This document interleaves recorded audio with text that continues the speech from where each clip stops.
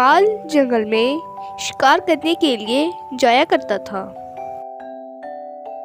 لیکن جمال کے شکار کرنے کا انداز مختلف ہی تھا۔ اس نے اپنے زندگی میں کسی بھی جانور کو تیر یا گن سے کبھی نہیں مارا تھا۔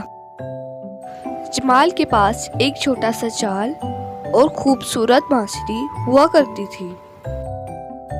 جب بانسری بجنا شروع ہوتی تو ہر طرف ایک سما بن جاتا تھا۔ وہ ہر روز جنگل میں جاتا، جال بچھاتا اور بانسری بجانا شروع کر دیتا تھا۔ بانسری کی آواز اتنی سریلی تھی کہ جب جمال بانسری بجانا شروع کرتا تو دور دور سے پرندے اس کی جانب کھینچے چلے آتے تھے۔ جب وہ بانسری بجاتا رہتا تو پرندے اس کے ارد گرد جمع ہو جاتے۔ جب وہ اس کے جال کے پاس جاتے تو وہ اس کی رسی کھینچ کر انہیں قید کر لیتا تھا۔ وہ گھر میں آ کر ان کا بڑے اچھے سے خیال رکھتا اور ان کو دانا پانی وقت پر کھلاتا تھا۔ وہ ان کی رنگ برنگی باتیں سن کر بہت خوش ہوتا۔ اگر کبھی پیسوں کی ضرورت پڑتی تو ان میں سے ایک پرندوں کو بیچ دیتا۔ جمال کا ایک چھوٹا سا بیٹا بھی تھا جس کا نام دانش تھا۔ دانش ابھی چھوٹا ہی تھا کہ اس کے باپ کا انتقال ہو گیا۔ دانش اور اس کی امی کے پاس جو بھی جمع پونجی تھی وہ جلد ہی ختم ہو گئی۔ ان کے پاس کھانے پینے کا راشن بھی ختم ہو گیا تھا۔ اب ان کی زندگی بہت ہی مشکل ہو گئی تھی۔ دانش چھوٹا تو تھا لیکن وہ بہت ہی بہادر، چست اور عقل مند بچہ تھا۔ وہ کام کاج میں بھی اپنی امی کا ہاتھ بٹاتا تھا۔ باقی وقت میں وہ اس جنگل میں چلا جاتا جہاں اس کے ابو پرندے پکڑا کرتے تھے۔ ایسے ہی وقت گزرتا گیا اور اب دانش 30 سال کا ہو گیا تھا۔ اس نے اپنی امی سے کہا، ماما جی اب میں بچہ نہیں رہا، بابا جانے کا جال اور بانسری مجھے دے دیں، میں شکار پہ جاؤں گا۔ ماں جانتی ہے کہ دانش بہت بہادر اور دلیر بچہ ہے، وہ اسے بانسری اور جال پکڑا دیتی ہے۔ وہ سارا دن بانسری بجاتا رہا لیکن کوئی بھی پرندہ اس کے جال کے قریب تک نہ بھٹکا۔ اب رات ہونے والی تھی۔ اس نے جال اٹھایا اور گھر کی طرف چل پڑا۔ بیٹا، کسی بھی کام میں پہلے دن انسان کبھی بھی کامیاب نہیں ہوتا۔ تم اسی طرح بانسری بجاتے رہو اور ایک دن پرندے تمہاری طرف آنا شروع ہو جائیں گے۔ دانش ہمت ہارنے والا بچہ نہ تھا اور اب اسے ماں کی طرف سے بھی حوصلہ مل گیا۔ وہ روز پرندے پکڑنے کے لیے جاتا اور شام کو گھر خالی ہاتھ واپس آ جاتا۔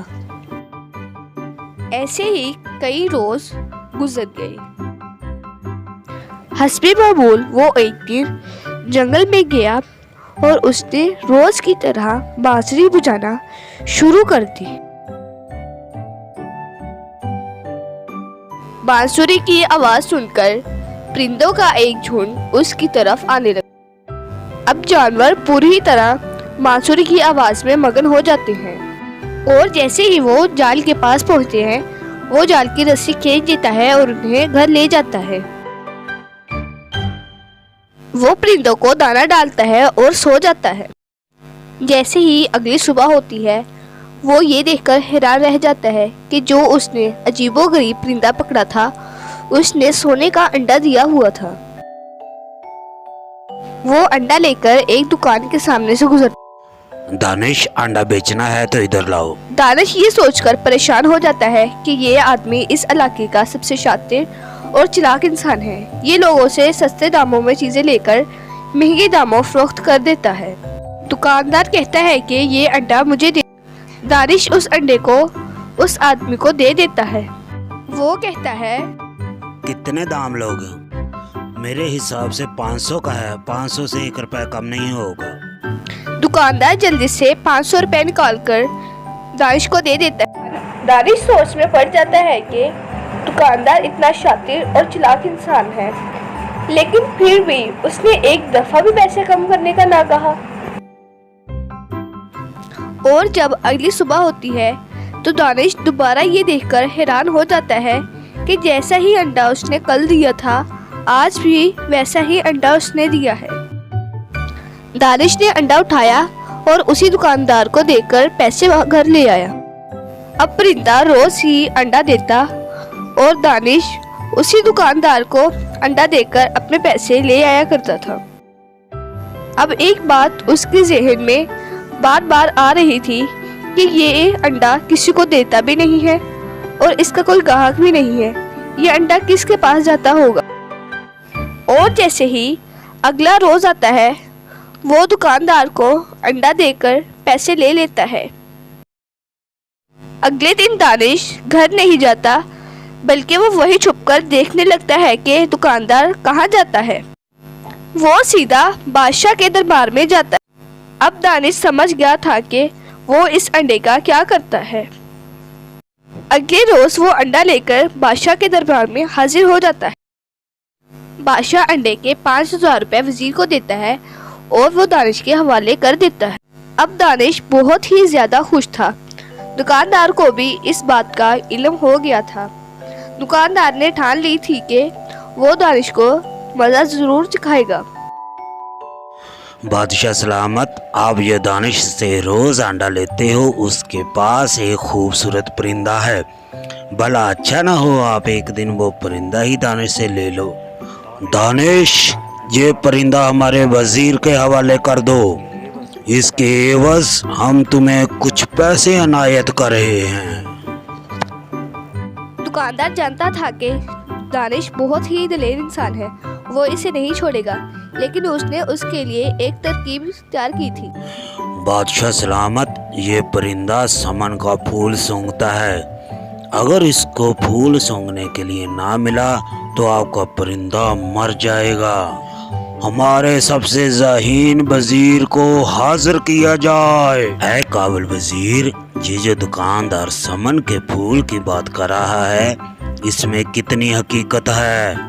جی بادشاہ سلامت، سمن کا پھول ہوتا ہے، وہ ایک خطرناک جنگل میں ایک دیو رہتا ہے، اس نے اپنے باغ میں پھول اگایا ہے، لیکن جو بھی اس کے باغ میں گیا وہ زندہ کبھی واپس نہیں آیا۔ وہ پھول کون لا سکتا ہے؟ بادشاہ سلامت، ہمارے ملک میں سب سے ذہین اور بہادر دانش ہی ہے، وہی یہ پھول لا سکتا ہے۔ ہماری طرف سے دانش کو پیغام پہنچا دو، ایک ہفتے کے اندر اندر ہمیں سمن کا پھول چاہیے، نہیں تو اسے اور اس کی ماں کو قید کر لیا جائے۔ اب دانش سمن کا پھول لینے کے لیے جنگل میں چلا جاتا ہے۔ وہ ایک جنگل سے دوسرے جنگل کی طرف اور ایسے ہی ایک خطرناک جنگل میں داخل ہو جاتا ہے۔ وہ جیسے ہی آگے بڑھتا ہے تو ایک خطرناک غار کے سامنے چلا جاتا ہے۔ اسے اچانک ہی قدموں کی آواز سنائی دیتی ہے۔ وہ دیو کے قدموں کی آواز تھی۔ جیسے ہی دیو باہر آتا ہے تو دانش ڈر جاتا ہے۔ وہ جیسے ہی آگے بڑھتا ہے تو اسے انسان کی خوشبو آتی ہے۔ وہ رکتا ہے لیکن اسے کچھ بھی نہیں نظر آتا۔ دیو وہاں سے چلا جاتا ہے اور دانش دھیرے دھیرے غار میں داخل ہونے لگتا ہے اور وہ اندر چلا جاتا ہے۔ اے لڑکی، تم کون ہو اور تمہیں زنجیروں سے کس نے جکڑا ہے؟ وہ بولتی ہے، میں ایک ملک کے بادشاہ کی بیٹی ہوں، میں ایک دفعہ جنگل میں سیر کرنے کے لیے آئی تھی، اس دیو نے مجھے قید کر لیا۔ اس کا اصول ہے کہ جو اس کی غار کے سامنے سے گزرے گا وہ اسے زندہ نہیں چھوڑے۔ بہت ہی زیادہ طاقتور ہوتا ہے، وہ زنجیروں کو توڑ کر اسے چھڑا کر لے جاتا ہے۔